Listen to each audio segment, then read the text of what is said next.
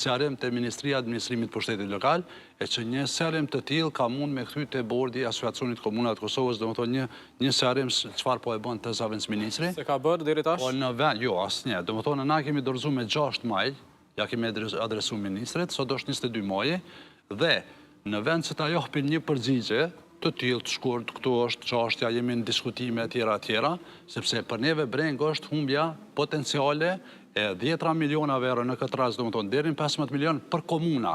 Këto mjete financiare nuk janë për ministrinë, po janë për komuna. Në vend se t'ia kthejmë bordit, i cili është organ përfaqësues i gjitha komunave të Republikës Kosovës, ata shkojnë më linçojnë mua.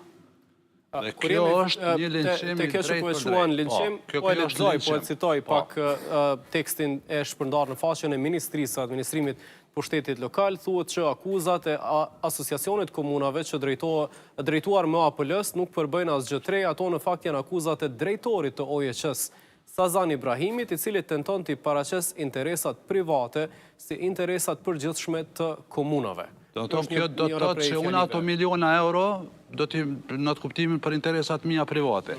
A kërkesa është drejtuar prej bordit, kryetarit Agim Aliu, Emre Ahmetit, Sokol Halitit, Xhafer Gashit, Bale Muharrema, Shaqir Tota edhe kryetarit Dragan. Këtu thuhet që drejtori i OJQ Sazan Ibrahimi ka gjas që ka shpresuar të përfitojë nga fondet për ekspert, për cilat Vokri po thotë se janë 7 milion. Po jo, janë shumë më shumë se sa investimet kapitale.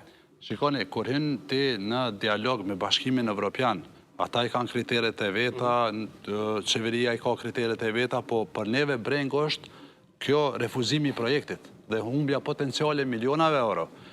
Ministria le të vazhdon me dialog, po për neve si organ përfaqësues dhe legjitim i komunave, po kërkojmë mos të humben ato miliona euro. A besoni që ka interesa personale në këtë farë pune?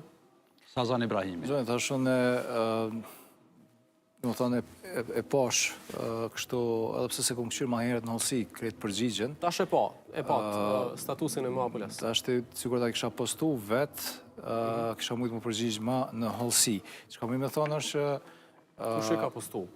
Qëndrimi kujt është? Tash me thonë edhe unë që jo se bona e bona e tjetëra, po kupton, për diresa është në faqe zyrtare me APL-s atë. Mu mas parë vjen keq që më dhënë ka ardhë dhe një përshkallëzim i tillë kështu në komunikim. Ju jeni zëvendës ministër në APL, Vokri, po mendoj i kujt është ky qëndrim atëherë, nëse nuk mendoni ju njësoj.